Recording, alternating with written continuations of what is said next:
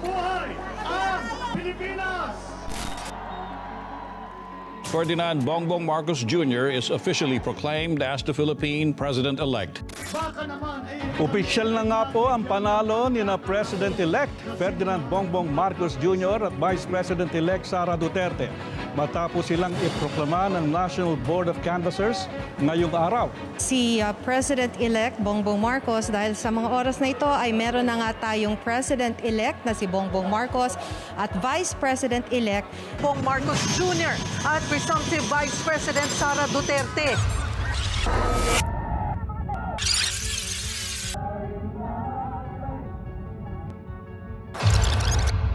Have you ever imagined having another Ferdinand Marcos as president? I had never ever in my wildest dreams imagined another Marcos ascending to Malacanang. Never.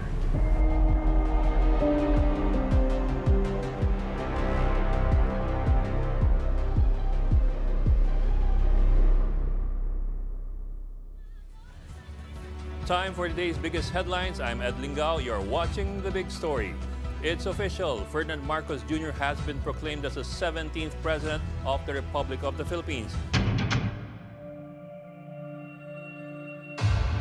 นอกจากบทบาทหน้าจอแล้วเอ็ดลิงกาวสื่อมวลชนอาวุโสเป็นคนหนึ่งที่เคยมีส่วนร่วมในเหตุการณ์ที่ชาวฟิลิปปินส์พร้อมใจกันออกมาชุมนุมขับไล่อดีตประธานาธิบดีเฟอร์ดินานด์ มาร์กอส ซีเนียร์ที่กุมอำนาจการปกครองประเทศอย่างเบ็ดเสร็จตั้งแต่ช่วงปี 1972 ถึง 1986 จุดนี้คือสถานที่เดียวกันกับเมื่อ 37 ปีก่อนที่เขาร่วมขัดขวางรถลำเลียงพลของหน่วยนาวิกโยธินฟิลิปปินส์ที่กำลังมุ่งหน้าไปปราบปรามกลุ่มต่อต้านรัฐบาลในขณะนั้น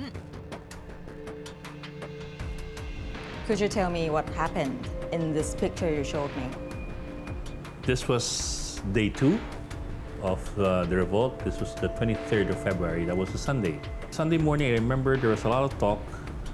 There were a lot of people massing in EDSA. Lots and lots of people. Of course, you can't really imagine how much because it's not really showing on TV. Nobody ever imagined that people would come out like that in protest over Ferdinand Marcos and to support an effort to oust him.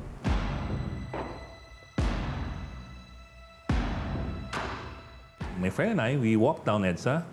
until we got to this corner here, the corner of EDSA and Ortigas. There was a convoy of military armored personnel carriers. These were these huge 36-ton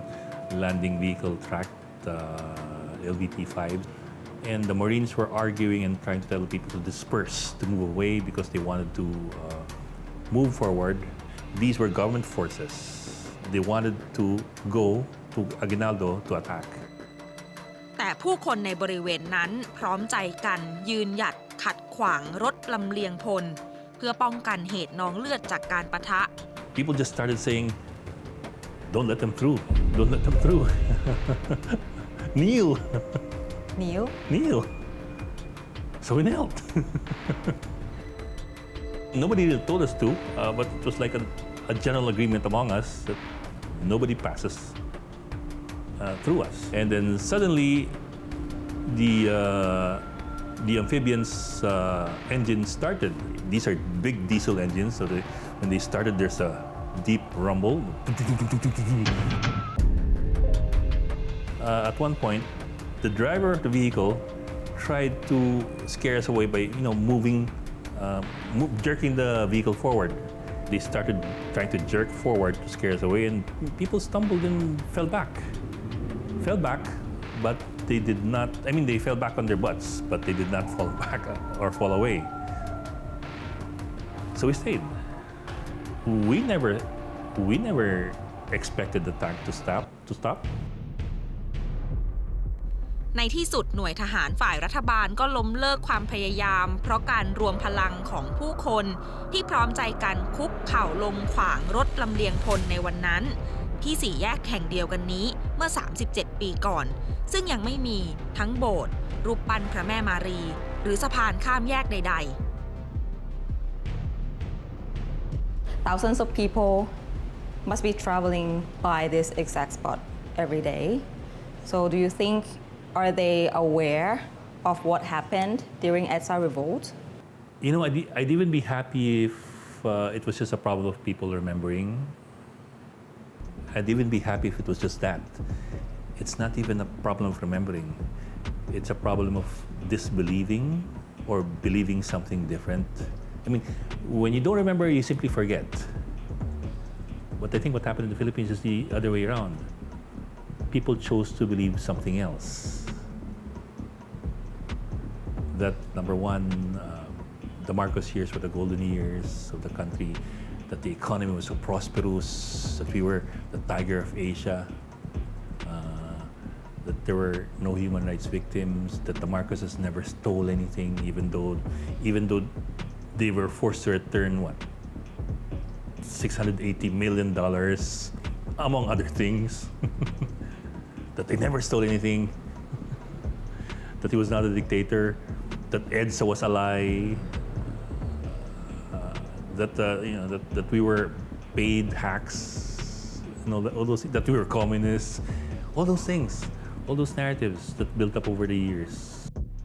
การต่อสู้ของเอสเปลี่ยนจากการต่อสู้บนท้องถนนกับเรื่องของความรุนแรงและการใช้อำนาจเผด็จการมาสู่การต่อสู้ในฐานะสื่อมวลชนที่ต้องรับมือกับความพยายามในการบิดเบือนประวัติศาสตร์ของชาติท่ามกลางความพยายามชำระประวัติศาสตร์อันด่างพร้อยของตระกูลมาร์กอสค่ะนอกจากเอสแล้วยังมีสื่อมวลชนรุ่นใหม่ที่ยืนหยัดต่อสู้เพื่อเป้าหมายเดียวกันแม้จะต้องเผชิญความท้าทายและความพยายามกีดกันเสรีภาพสื่อทั้งที่ไม่ได้มีส่วนร่วมในเหตุการณ์โค่นเผด็จการด้วยตัวเองเลยก็ตาม Hello guys and welcome to another episode of our Facts First podcast. I'm your host Christian Esguerra.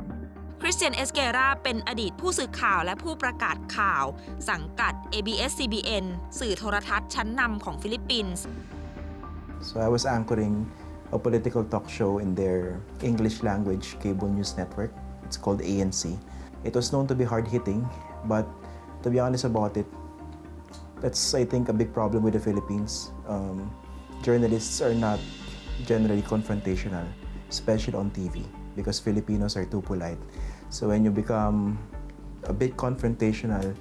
they might see that as being aggressive or being biased. And that actually was the reason why I was fired from my political talk show. So I decided to shift my career online. I felt very bad, not because of the employment, not just because of the way I was fired, but with the way journalism was being treated at that time. I felt that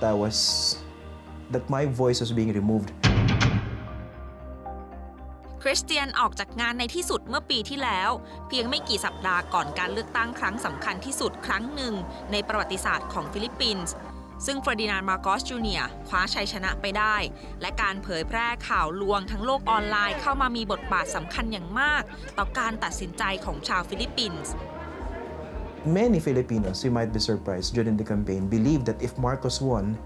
the Marcos gold would be distributed once and for all. And the story goes,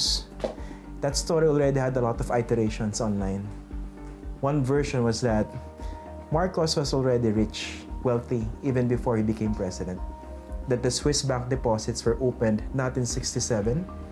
as what the court documents showed, but in 1963. Marcos became president in 1965. So that crucial 2-year gap between 63 and 65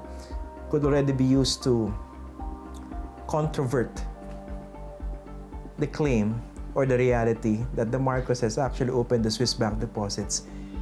after he became president. But by saying, using fake information, that they opened it before, that would suggest that they were already rich, even before he became president. การปรับเปลี่ยนเรื่องราวในอดีตให้กลายเป็นกลยุทธ์หาเสียงและเขียนประวัติศาสตร์ขึ้นใหม่ช่วยพลิกให้ตระกูลมาร์โกสกลับมามีความชอบธรรมในการบริหารประเทศผ่านการกวาดคะแนนเสียงถล่มทลายในการเลือกตั้งปีที่แล้วได้สำเร็จและนำพาชายที่ชื่อเฟอร์ดินานด์ มาร์โกสสู่บัลลังก์ประธานาธิบดีได้อีกครั้งจ จากนี้คำถามต่อไปคงหนีไม่พ้นว่าฟิลิปปินส์จะรักษาประวัติศาสตร์ ฉบับที่เป็นข้อเท็จจริง เอาไว้ได้ตลอดรอดฝั่งหรือไม่